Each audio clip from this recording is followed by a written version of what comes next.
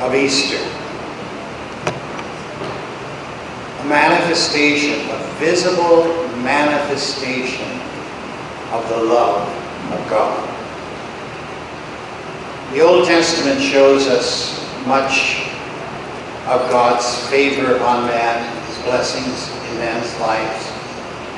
Yet there was still the fear, the doubt, the unbelief that really God did love His people. There was so much evil around.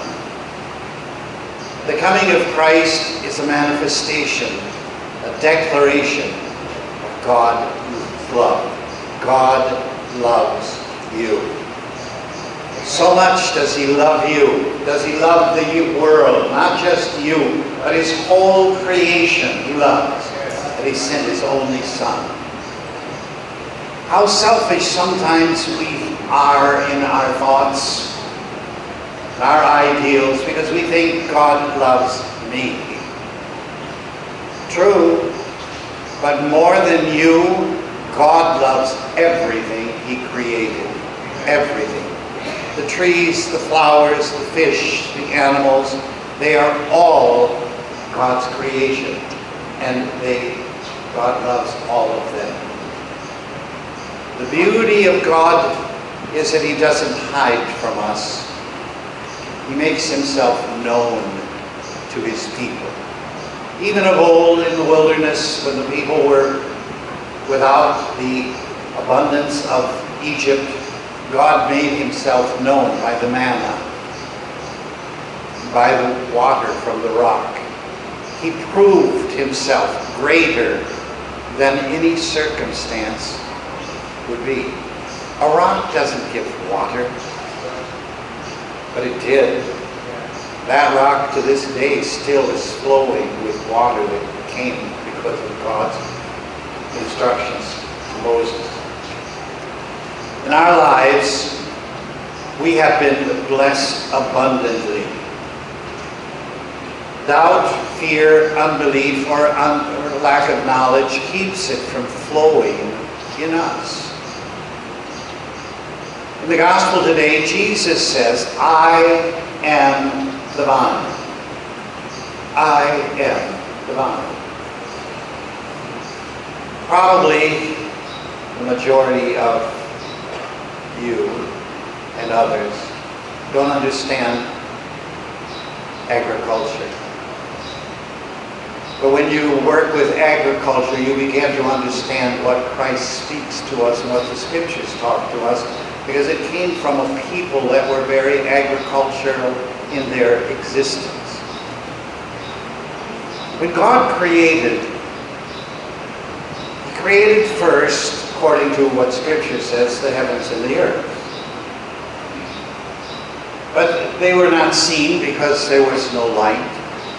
But yet He created that earth from the very beginning.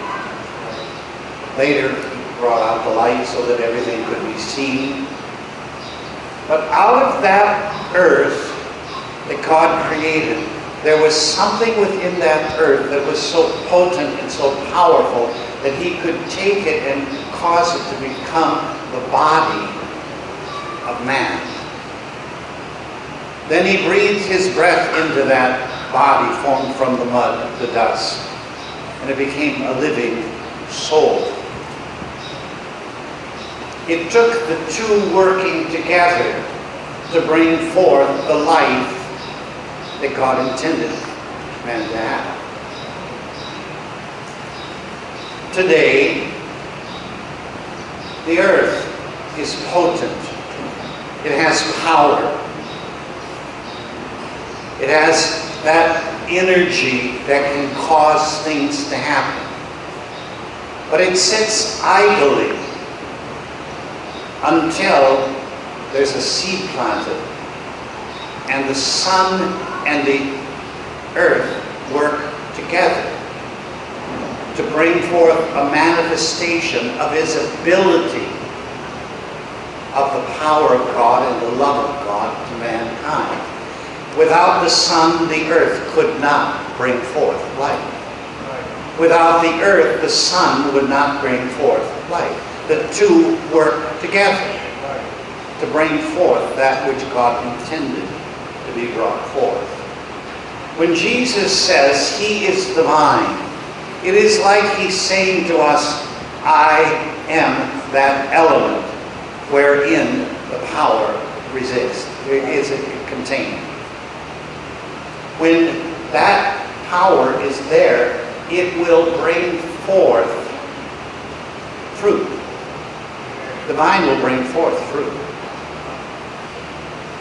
Its source for that fruit comes from the vine. There is no other way that fruit can be created without the vine. Well, I know scientists today are trying to make all these things not necessary. They can't do it because life comes from one source, right? From God. When the sun and the earth come together, when God and Christ come together, they bring forth in our lives the visible manifestation of the greatness of God. Stop and think about your life. Where were your beginnings? From a little seed. A little seed that was brought into conception. A little seed. And look at the size of some of you now. I'm not mocking. I'm looking at the miracle, the ability of God when the elements of God come together, the potentials of God. But notice that when God gets involved in something, it must be. Having just come from India, I taught them on the first day of their new seminary. They have to go back to the beginning to find out what the principles of God are. And the principles of God are making the invisible visible. All things were created by God before the foundation of the world. Nothing exists that did not have its beginnings prior to the foundation of the earth. And then when the earth was formed, the purpose of that earth and man was a manifestation or making visible what God had planned, so that we would know his heart, so that we would know his ability, so we would know the potentials that he had and how he loved us. We are the visible manifestation of God's planning, his ability. It's in us, that visibility. Well, that means that whatever God had planned, he put it within us so that we then could be a witness to the world today that there is a God and that God is awesome and great. Some men don't want God to be given any credit at all. They want to take away all knowledge of God and all ability of God. Years ago, Russia passed a law that you could not believe in God. They closed all the churches, destroyed the churches, told the people there was no God except the government. Today, the people in Russia go to church. I've been to church with them. You cannot sit. They don't have chairs because there's not enough room for chairs. Everybody stands in the church because there's too many people. They tried to do away with God. You can't do away with God because God is in every man. His ability, his seed is there. And that seed cannot be stopped. Or you may hinder it for a while, but it's still going to grow.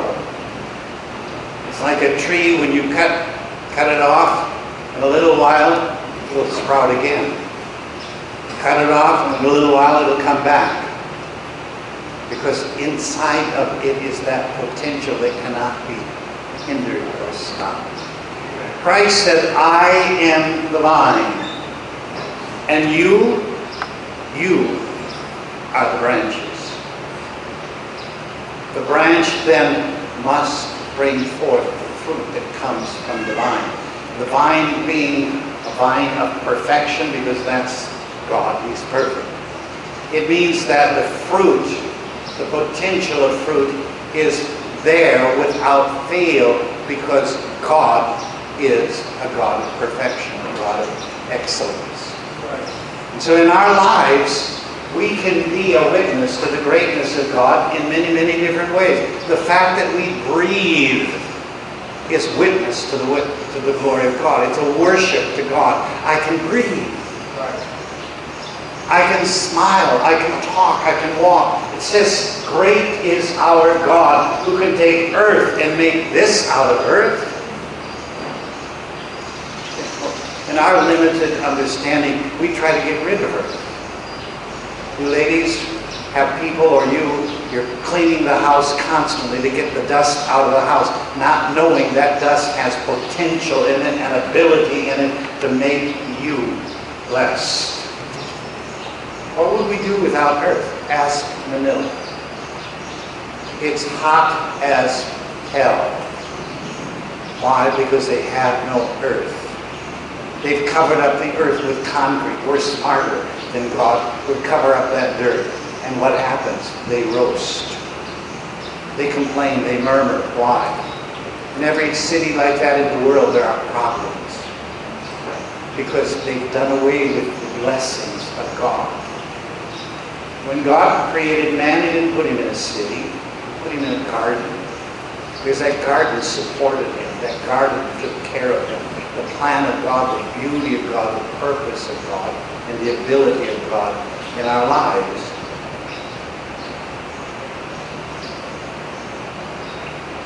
There is a plan that God has given to man, an ability that is ours, and it says without the vine there is no fruit. In our lives, we cannot have fruit without Christ. We cannot have that potential of ability. Without Him, there is no life. We are in misery. We are in difficulty because life comes through the vine for us. That tree bears fruit. That fruit becomes the wine.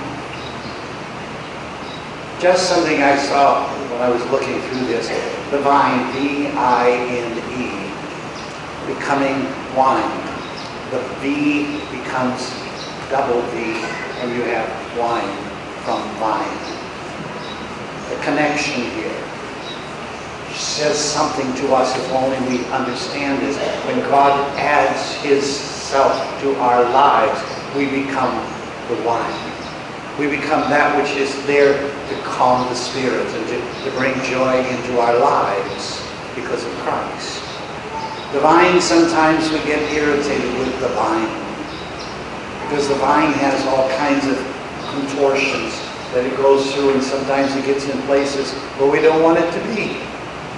But it is from that vine that life, the fruit, comes forth.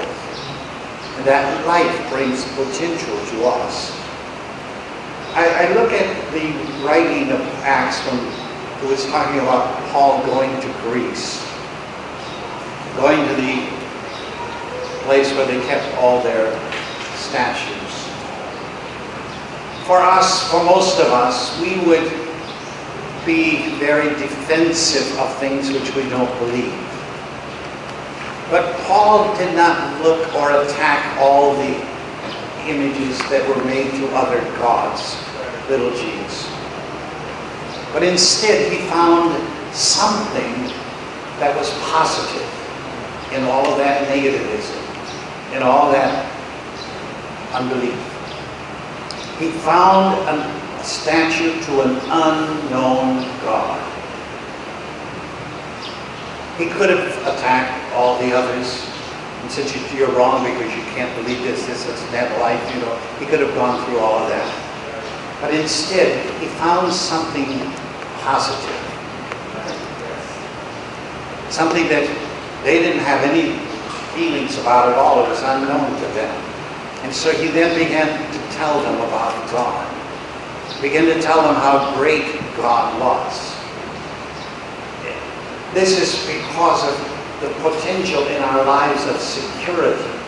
If we are not secure, we will attack. We will put down. But when there's security there, we don't attack.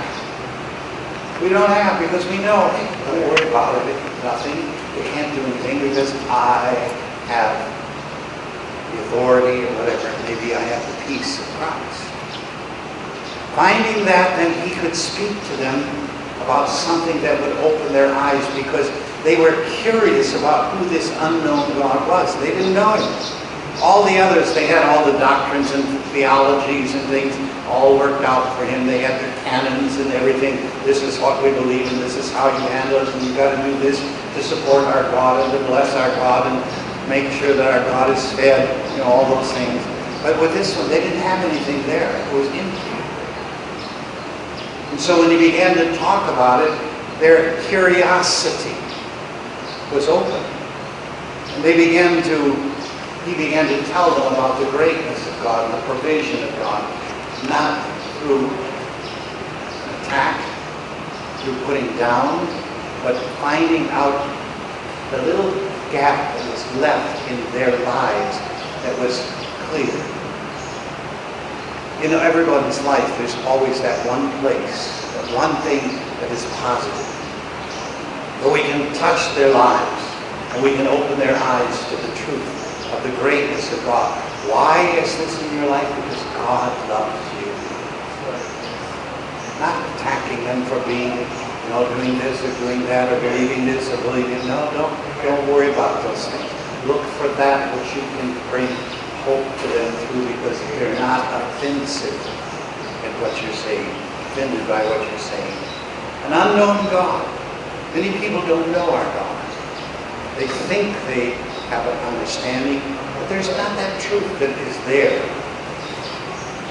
Scripture says, God made the world and everything in it. Nothing exists without God. Nothing exists without God. Now again, I want to repeat that. Nothing exists. Nothing exists. Nothing exists that did not come from God. People have a hard time with that, don't they? Because we blame the devil for doing this. Everything comes from God. Now, don't misunderstand, I'm not saying that the devil is God. But when we see God in everything, the devil will have no power over it. Because in my Bible, I don't know about yours, but in my Bible, it says God turns everything to good. Can we see even in that test, in that tribulation, in that trial, in that tragedy, can we see God at work in our lives? Can we see that He's going to turn this from bad to good? If He is the vine, and we are connected to the vine, only good comes from the vine. Only fruit, only evidence, only visibility of God's presence with us exists. Our doubt or our unbelief causes that to be hindered. But when we believe in God, He will take all things and make them a blessing in our lives. Because Scripture says, and we read it today, we were created by God to be blessed. We were created by God to handle His blessings. This was the purpose of His creation, that we would be blessed. So we see Christ as the vine. Through that vine can only come the things which come from God, because Christ was God. Part of the Trinity, He was God. And so from that source, that connection to the vine, into our lives comes the blessings of God. That we can be a blessing, demonstrating to the world around us, God is great. God is awesome. You got a problem? I've got the answer to your problem. Christ loves you. God loves you. And God has planned blessings for you. Ephesians tells us in chapter 1, every blessing in heaven is yours. He blessed us with every spiritual blessing. Verse 4 in chapter 1 to me is one of the most beautiful chapters or verses in the Bible. That's facetious to a degree, but there's something there for me, because it says, before the foundation of the world, God chose me, and He chose me to be holy and blameless. If God chose me to be holy and blameless, that must take place in my life, because God chose it and God created it. The manifestation of it is when we begin to live it out and the world begins to see the holiness and righteousness in our lives. And it begins by, tells us, not using this mouth for evil, not speaking evil about other people, not speaking evil toward the things of God, because all these things are created by God. Should they not be a blessing in our life? Should they not be a provision of joy to us to see this? No, I tell my crops on the farm, you were created to bring forth fruit for the blessing of God to mankind, to bring joy to man through your creation. I tell my fruit this all the time, every time I'm there.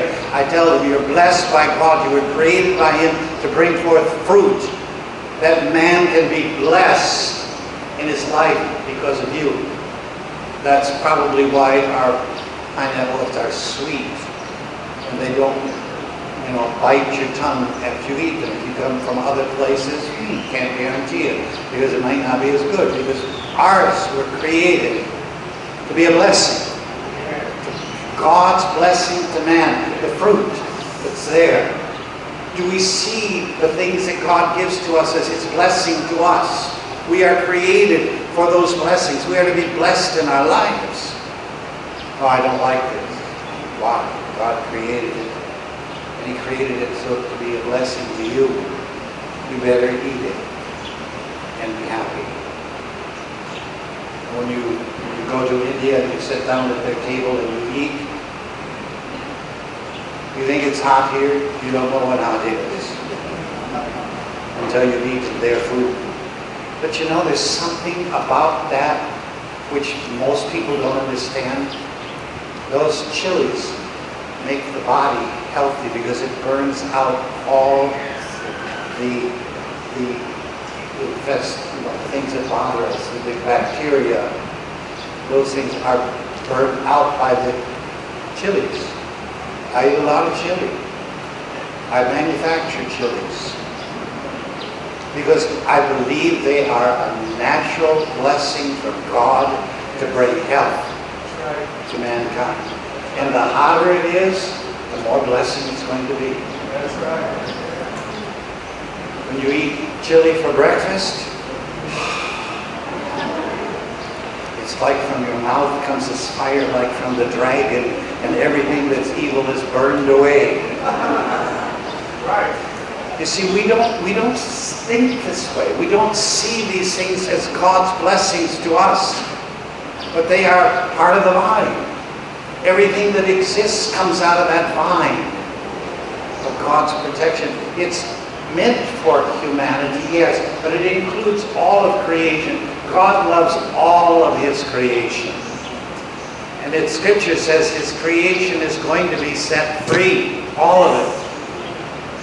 And it's crying out for the Son of Man to be manifest, because we will bring the blessings to creation.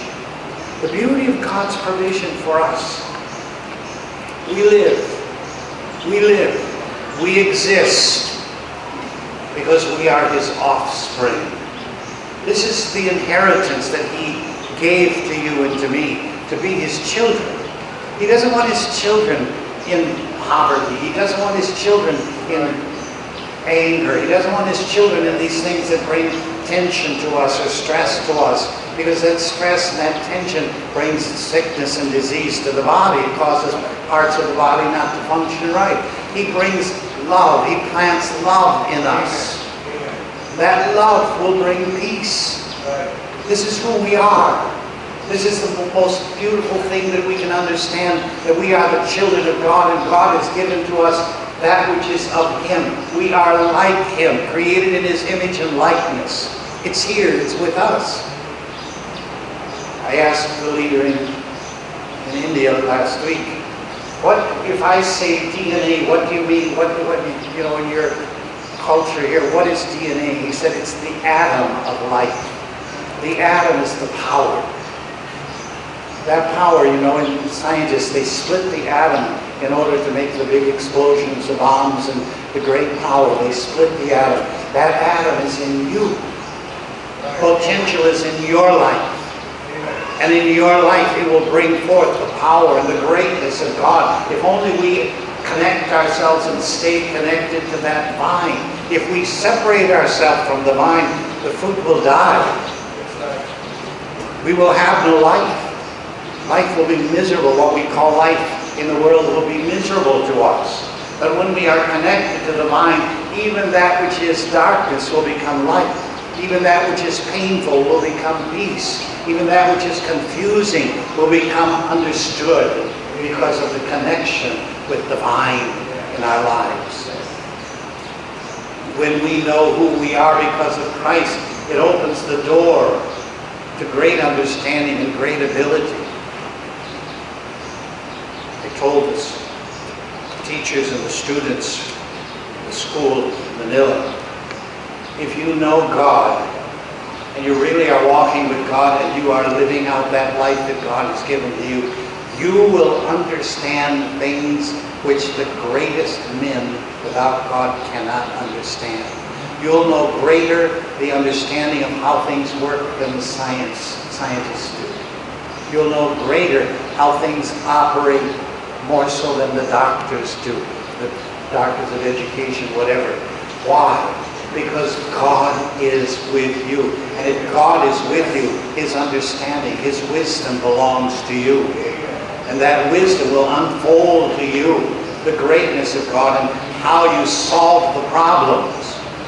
Boy, do our traffic directors need God, because they don't know how to solve the problem. They don't know.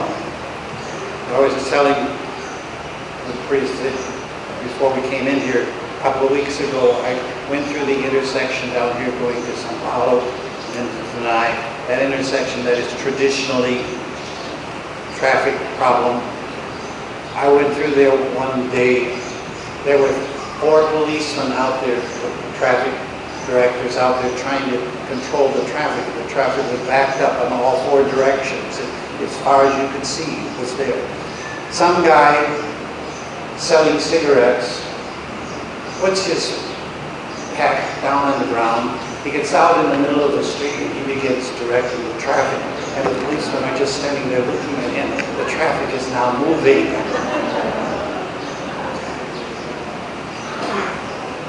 Man can't train you to handle the things of God. It must come through the Spirit. When the Spirit is there, you will have the understanding how to handle this. You go now your turn, now your turn, now your turn. And then if we can go together, okay, let's go together. But you have the understanding to make it work. Man doesn't know that without God. That's why the world is in the trouble it's in today. Because without God, you can't have it. But I have this, and I would tell this truth to you. God is in everything. God is in every heart. And eventually that's going to come forth. Because you can't kill it. Because life cannot be destroyed. The life God has given, that life to you and the life to me. I am the way, the truth, and the life. It's only by His sacrifice can we be redeemed. Man can't do it. My good works won't redeem me. My doing well will not redeem me. Having the most money in the world will not redeem me. Only Christ can redeem me from my sin and my iniquity. He is the vine. He is the vine. All comes through Him. All comes through him.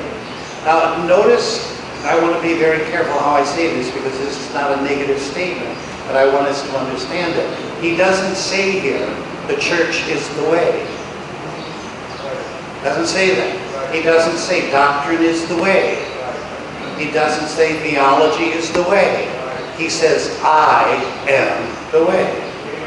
Now these other things are not wrong. But they do not open the door. The door is Christ. And he is the only door.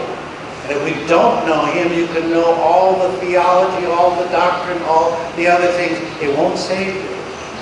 Christ is the only source. It's the only source. That's what we want you to understand. It comes from him. Through the cross, his resurrection, Christ conquered. Through pain, sorrow, and death, he conquered and gave us victory. Did he lose in the middle of that? No. He was resurrected. For a moment it looked like he was losing. But he didn't lose. He gained the whole world by his life that he gave. He who believes in him in John 3 is not judged. Not judged. It's a beautiful thing when you read John chapter 3 verses 16, 17, and then you go on from there. Don't stop there. We think, oh, God so loved the world. He saved me. He didn't come to judge. He came to redeem me. Hallelujah. Now let's go somewhere else. No, read the rest of it.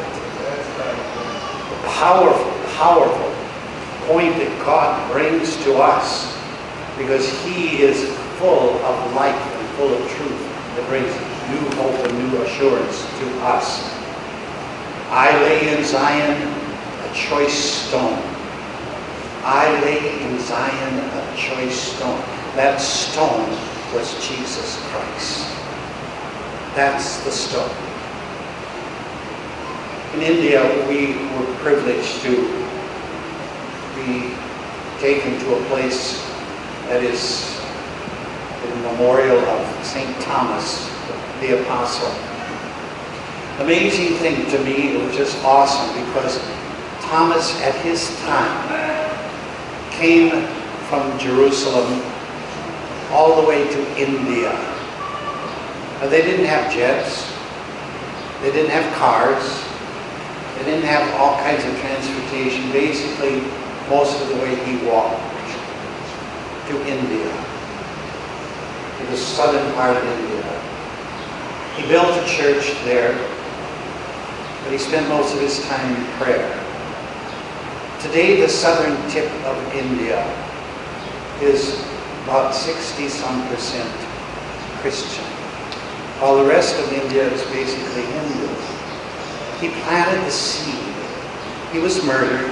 He lost his life, but he planted the seed that changed that area of the country. I believe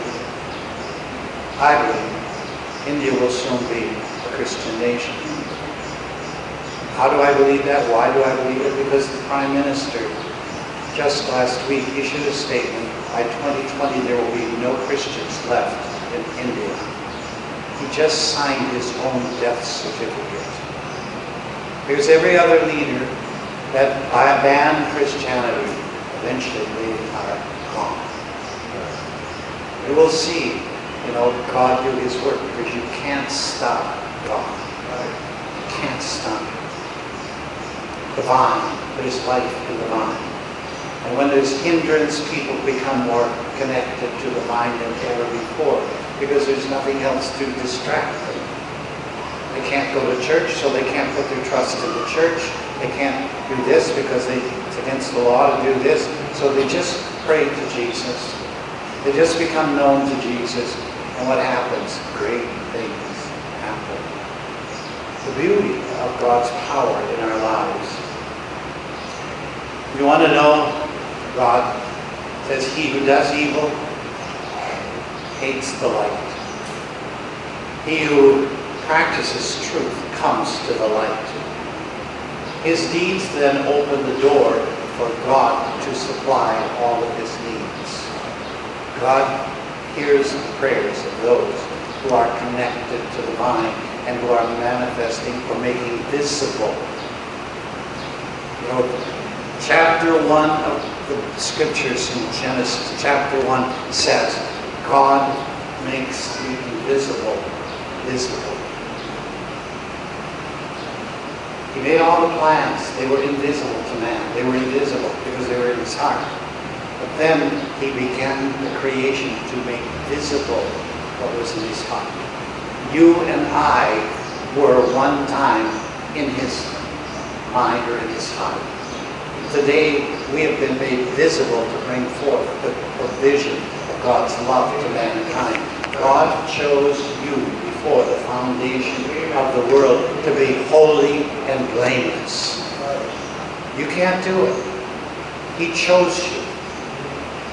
He sent Christ to make you holy and blameless, not because of the way you live or don't live, but because of Christ. God will not fail to fulfill his plan in your life. He is divine. Be connected. Don't lose that connection, because that connection is the power that comes from God. I proclaim your blessings this day. Amen. You belong to the Great One. And in your life, if you will take from the vine, you will bring forth fruit that will be so beautiful. So beautiful. You will not be able to explain it to others. But they will see it. And they will believe there is a great God. Why did people turn to Christianity? Why are people turning to Christianity today? Because God is manifesting his love to man. He's healing the sick. He's raising up those who are troubled. He's bringing life. And the history is telling us many people today are coming to Christ. News isn't talking about it because they're anti. They're not talking about it, but it's happening. It's happening. We have much to be thankful for because God is at work in life today. Let us be a witness of his greatness. Let us be that which brings power to the greatness of our God. Amen. We stand.